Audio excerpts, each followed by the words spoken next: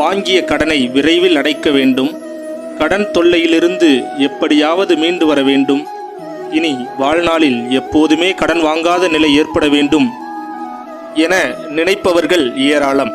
சுபகாரியங்கள் செய்வதற்கு நல்ல நாள், நல்ல நேரம் பார்ப்பதைப் போல கடன் வாங்குவதற்கும் அதனை திருப்பி கொடுப்பதற்கும் கூட நல்ல நேரம் பார்க்க வேண்டும். கடன் வாங்கும் பொழுது அவசர அவசரமாக வாங்குவதைப் போல கடனை திருப்பி கொடுக்க எப்படியாவது கொடுத்தால் போதும் என்று உடனடியாக கொண்டு போய் அந்த கடனை கொடுத்து விட்டு வருகிறார்கள். இதனால் மீண்டும் மீண்டும் கடன் வாங்கும் நிலையே ஏற்படும். இப்படி மீண்டும் கடன் வாங்கக்கூடாது என்று நினைப்பவர்கள் மாதந்தோறும் வரும் மைத்ரேய முகூர்த்த நேரத்தை பயன்படுத்தி அந்த நேரத்தில் கடனை திருப்பி செலுத்தலாம். அஸ்வினி நட்சத்திரமும் மேஷ லக்னமும் இணையும் நேரமும் அனுஷ நட்சத்திரமும் விருச்சக லக்னமும் இணையும் காலத்திற்கு மைத்ரேய முகூர்த்தம் என்பது பெயர்.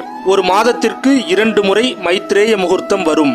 மைத்ரேய முகூர்த்தம் என்பது 2 மணி நேரம் கொண்ட கால நேரமாகும். இந்த 2 மணி நேரத்தை கடனை வாங்குவதற்கும் வாங்கிய கடனை திருப்பி செலுத்துவதற்கும் பயன்படுத்தி கொள்ளலாம். 2024ஆம் ஆண்டு ஏப்ரல் மாதத்திற்கான முதல் மைத்ரேய முகூர்த்தம் ஏப்ரல் 9ஆம் தேதியே நிறைவடைந்து விட்டது.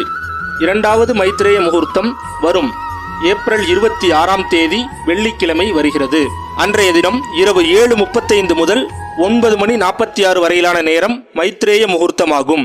இந்த நேரத்தில் வாங்கிய கடனை வட்டியுடன் திரும்ப செலுத்தலாம். ஏற்கனவே கடன் கேட்டிருந்தால் இந்த நேரத்தை பயன்படுத்தி கடனை பெற்றுக்கொள்ளலாம்.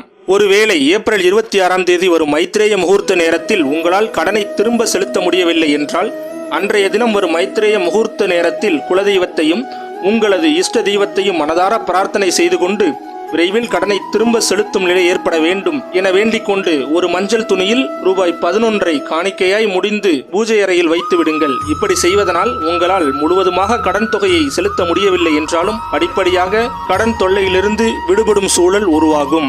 மற்றும் ஒரு ஆன்மீக காணொளியில் சந்திப்போம். நன்றி, வணக்கம்.